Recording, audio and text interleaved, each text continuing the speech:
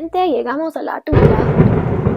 Pues hazme caso, porque si no, te llevará a la Tunda. And one of those people was the devil. Yeah. Surprise! The devil's here. He loved her rambunctious spirit and like thought she was a dime. That's top of the line, cute face, little waist, what a big behind. Like,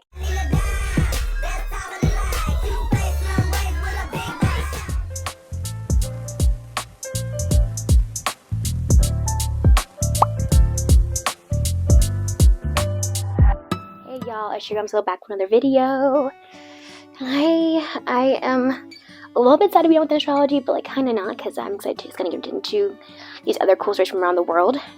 So hey, if you're new here, my name's Dom. I do this fun thing called Makeup Mythology Monday, where I do makeup and tell you all the origins and storyline of a cool ass story from somewhere in the world. So if you love makeup, if you like mythology, if you like cool ass queer black people, make sure to like this video, share with your friends, and subscribe. Also too, I have applied for the SEPHORA squad, so please make sure to click the link in my bio to make testimony if you enjoy my videos. But now, let's begin, and as always, the parts will be listed down below in the bio. So today, I originally read this story for she actually wrote it for like Latino Heritage Month, and I was gonna do it for Black History Month, but I totally forgot about it. But it's Women's History Month, so I was like, let me just do it now. So we're gonna talk about La Tunda. La Tunda translates to kind of like the thrash or the broken woman in Spanish. This story comes to us from the Choco region of Las Esmeraldas, the Emerald place. And this region is found within the current present-day countries of Colombia and Ecuador. Let's talk about some of the background of these two countries in South America. In the 5th century BC, the first settlers of the Colombian region were known as the CHIMBA family, who later divided into the Caribs, the Akawaks, and the Muispas, who are all groups that went on to influence native cultures in the Caribbean and in South America. And they've all left really extensive legacies behind. For Ecuador, the people known as the Valdivia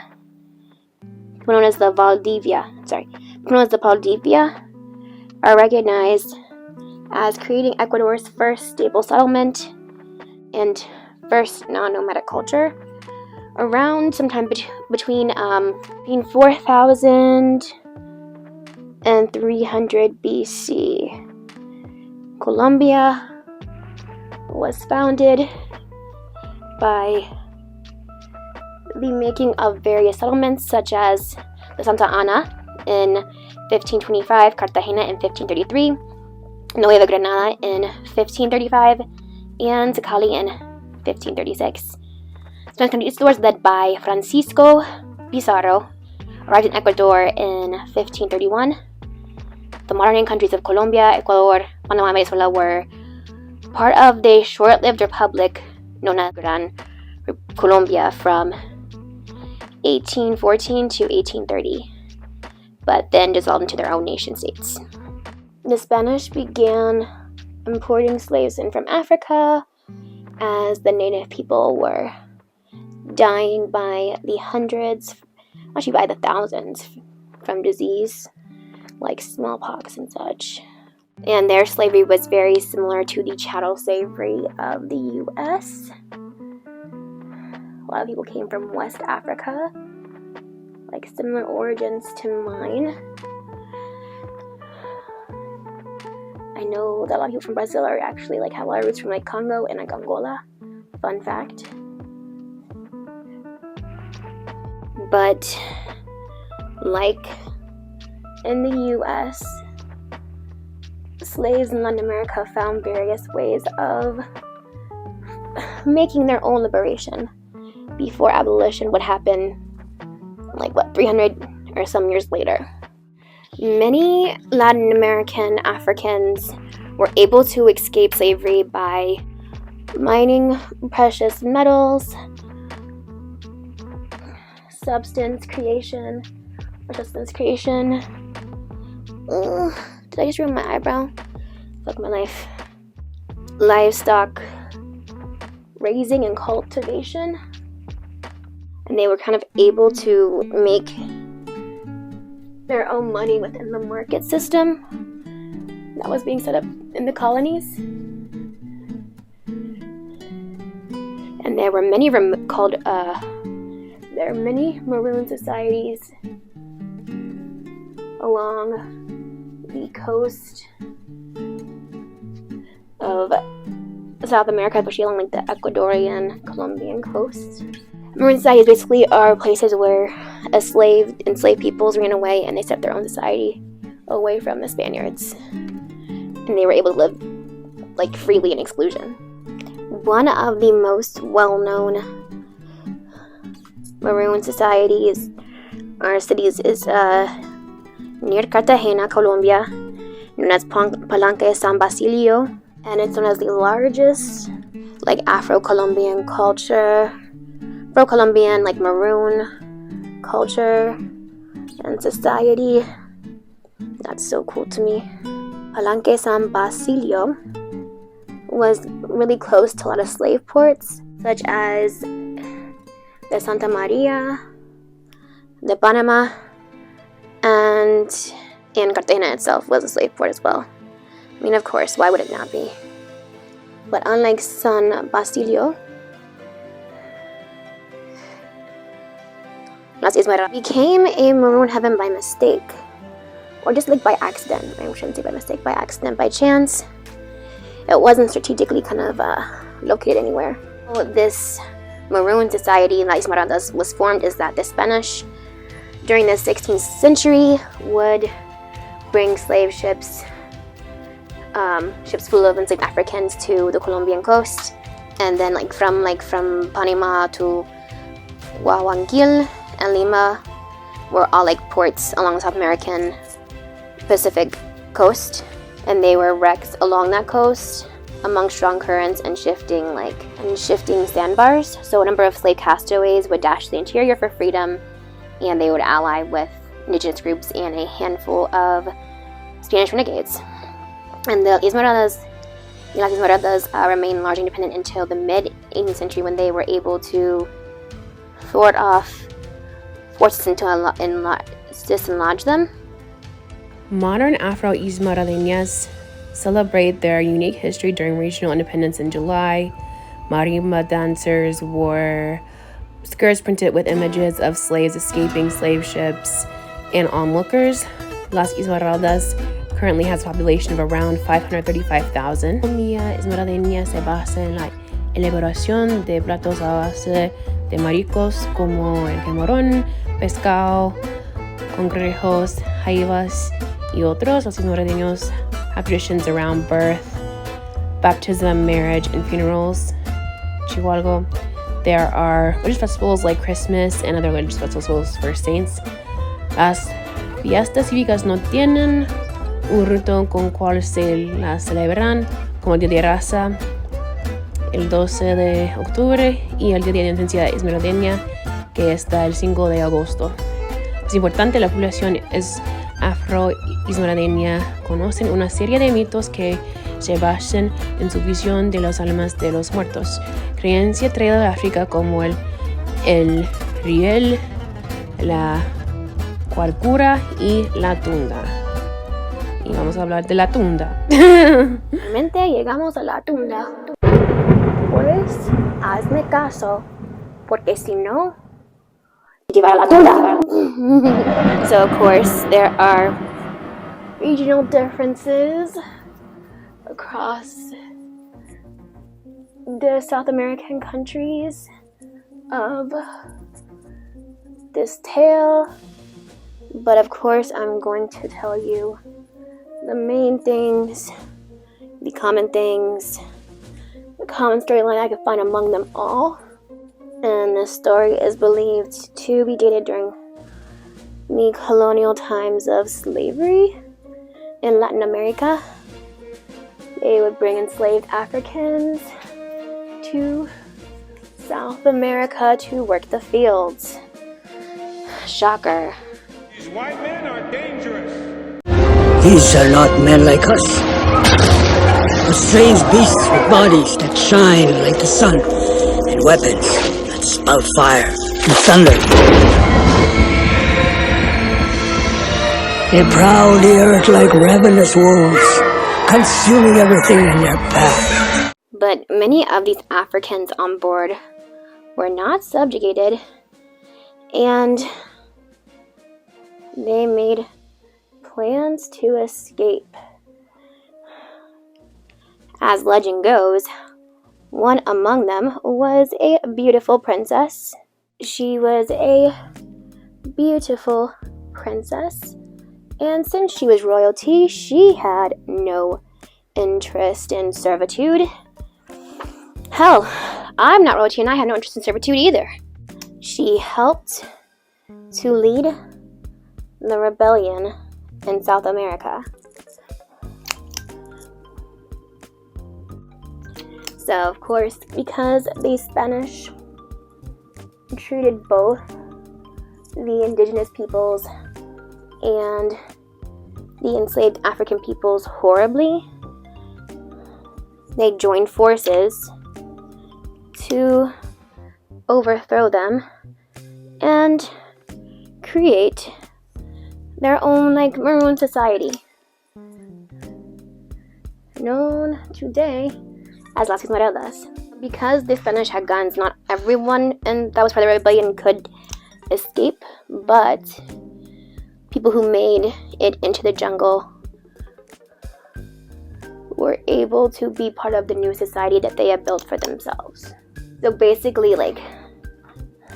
the princess, along with these enslaved Africans, or formerly enslaved Africans, indigenous people, ran into the forest, into the jungle, and made their own society. Now, many people were so impressed with La Princesa Africana for setting up this rebellion. And one of those people was the devil. Yeah. Surprise! The devil's here. So impressed how she was able to execute and plan a whole rebellion because hashtag Black Excellence. The devil was like, okay, she's the one. She's the one. He loved her rambunctious spirit and thought she was a dime. That's top of the line, cute face, little waist, what a big behind.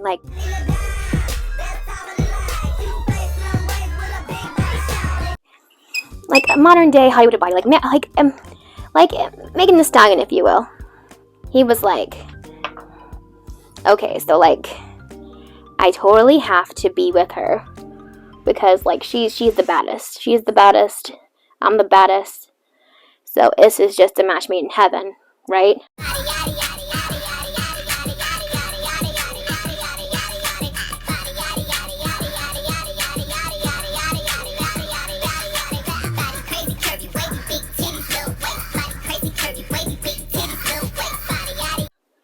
But of course, he can't show up as his true form.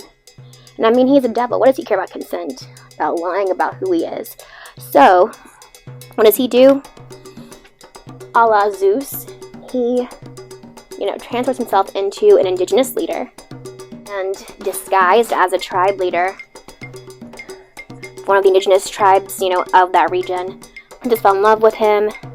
And he seduced her. He put the moves on her. They did live happily and ended up having lots of children together. But their children were not like other children because, homeboy is still like a demon underneath the fine indigenous exterior. You know what I'm saying? Underneath it all, he is still a full-fledged demon. And their children were differently abled. And one of the children between this union between the princess and the devil was La Tunda. Tunda is supposedly Afro-Indigenous, now being half black, being half indigenous. But they said that she was ugly in appearance. They didn't say that she was ugly, but she's Afro-Indigenous, like, mentira. Like, have you seen Afro-Indigenous people? Like, you know they're lying. You know they're lying. You know it's cap. But that's how the story goes. They're like, oh, she wasn't really that pretty. Within the casta system, that makes her like a like Zambo or a Lobo. So low on the totem pole, you know. You know how racism goes. You know how pigmentocracy goes in Latin America. And if you don't watch my video about it. Educate yourself. But it's interesting because her technically being the daughter of a princess makes her a duchess. Look at like the technical rules of like royalty. Technically, she is a duchess. Technically. But she is a duchess who is half demon with a wooden leg. She lives alone in the jungle because she's not beautiful like her mother. Led a very lonely life as no one would marry her or, you know, impregnate her in her natural state, I guess. With the whole wooden leg and all. Which I'm like, you know, sometimes in life, people be having wooden legs and you should just give them a shot. Pobrecita, but then also my mind is like, what if she's a lesbian? Like, is all this anger just like compet? The world may never know.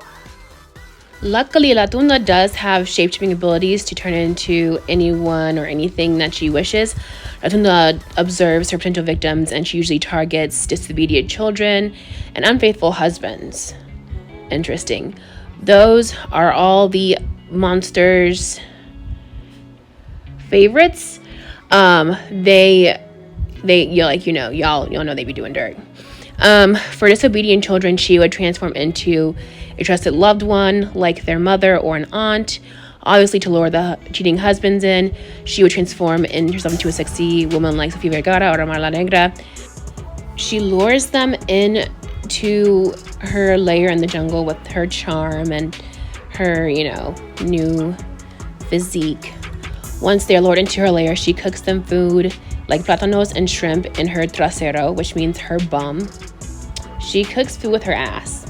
So number one, why would her parents not just get her a stove at her house?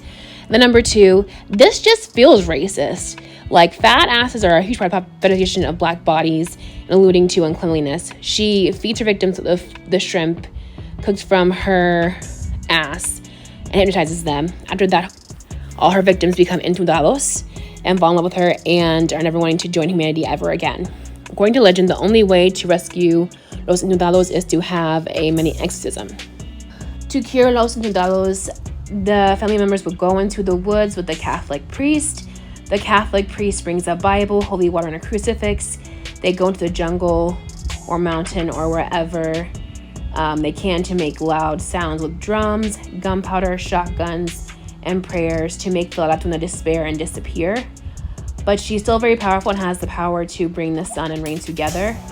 This is why there's a saying when it rains and during the sunshine is that like La Tunda está pariendo, which means the Tunda's giving birth. But yeah, apparently this, if as long as they can like exorcise the person and then they can make the Tunda disappear, they will have cured the person of her evil ways and scared her away permanently, which I feel like is interesting. I feel like they showed their ass with this one, especially with it being like a Catholic priest must come and then put the fear of God into her. She's a godless, rebellious, evil woman that cooks food from her butt. That's probably the part that made me like, what? Like, how is that even possible? I mean, I know it's, of course, it's a false story, but like, why would that be your mode of cooking things? And plátanos, I feel like that's a very black food as well. Like, there's a lot of racial coding in this. I feel like it's very obvious. But yeah, I feel like it really shows that like they were trying to stop people from rebelling against the colonialism, against the racism that was being built by the Spanish society. So I find it fascinating that the scariest thing for like, the people in this society for people to be was someone who was of color, who did not want to conform to like white Christianity, cishetness, and that person was deemed as like a monster that was bringing their society down.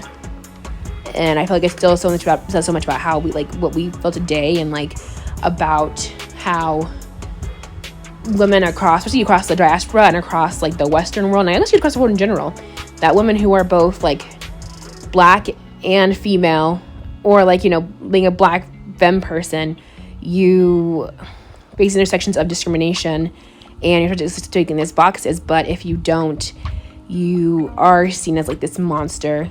You are seen as evil if you don't try to fit into or assimilate into like white Eurocentric society. I feel like this really resonates today too. So hey y'all, this is the final look. Figured I'd do like a little green skunk stripe for Las Esmeraldas, you know. I love that name, I love that stone. It's just beautiful.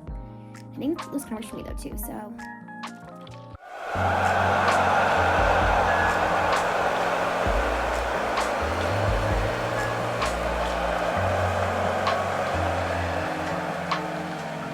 Let me know what you think of this look in the comments down below. But to wrap this up, I want to talk about the moral of the story. You may be thinking, Dom, what's the point? Like, why do we care about this story from about a Simona Rebelde, a runaway, a rebel runaway? Of course, point to me in my culture, as part of the diaspora, that like, you know, the people who made maroon societies are badass as fuck, and you know they deserve more respect. And this story is actually meant to be a cautionary tale to not be like La Tunda. And let me just take a second to explain. So let's talk about the origins of this legend. This legend, La Tunda, you're a legend, girl. There is an interesting article written by Afro-Ecuadorian professor named Ispen Hernandez Valencia. He says the origin of the legend comes from the women that were Simona Rebeldes, which I believe were escaped enslaved Africans. They sought to free their people and began a society against slavery and colonization. They helped others escape to the jungle and live freely. The church institution of the time, the Spanish, sought to demonize them. They were able to catch an enslaved person, or when they were able to catch an enslaved person that ran away, they would beat them in front of the rest to show an example. Also, they caught that same enslaved runaway again. They cut off their leg and replaced it with a wooden leg.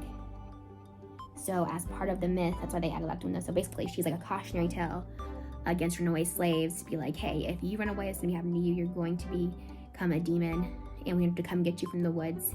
So I think it's interesting, in like any kind of like, any part of like culture you see that like there is such a noir that it's pervasive across the world and across like even our own like Western modernized world, right? Like people want to take black art like hip-hop, like reggaeton, and you know, use it for their own purposes, but they demonize us as the people who made these things that are now popular in cultures. You know what I mean? Like, it's interesting because it always rings true that, you know, black women are the least protected. And he said, and I quote, the most restricted person in America is the black woman. The most protected woman in America is the black woman. The most elected person in America is the black woman. Malcolm X. And it's so like interesting that he said that. He meant, I think most people would read that just in the context of US, but it's across Latin America as well. A lot of Latinos are ignored by their governments and by their society, or like they make their own little oases. Like you have the girl people who have their own little settlements. You have people like that still live in like Palenque and cosas así, because they don't really get the respect they deserve from mainstream society, especially societies both that put a lot of value on whiteness and Eurocentricity, and also trying to align with this white Christian cis hetero hegemonic patriarchy, right? If you want to fight against that, they're going to demonize you, and that's basically what. I think there's a representation of that to them, along with the fetishization. I feel like the same fetishization we face in the U.S. and like, you know, Latin American women and Black women both face this fetishization of being like hypersexual, like we're spicy Latinas, we're Jezebels, just gonna drag you to hell with our fine nasses or whatever they be saying. Girl, because I can't keep track anymore. Like, but I find that interesting too. Like, there is like a lot of latent racism in this tale, which must make you scared. You know what I mean? But I think Latinas badass. But yeah, that's all I have for today. I hope you enjoyed this perspective and you have a great day, month, year. Happy Women's History Month. Especially if you're a woman of color.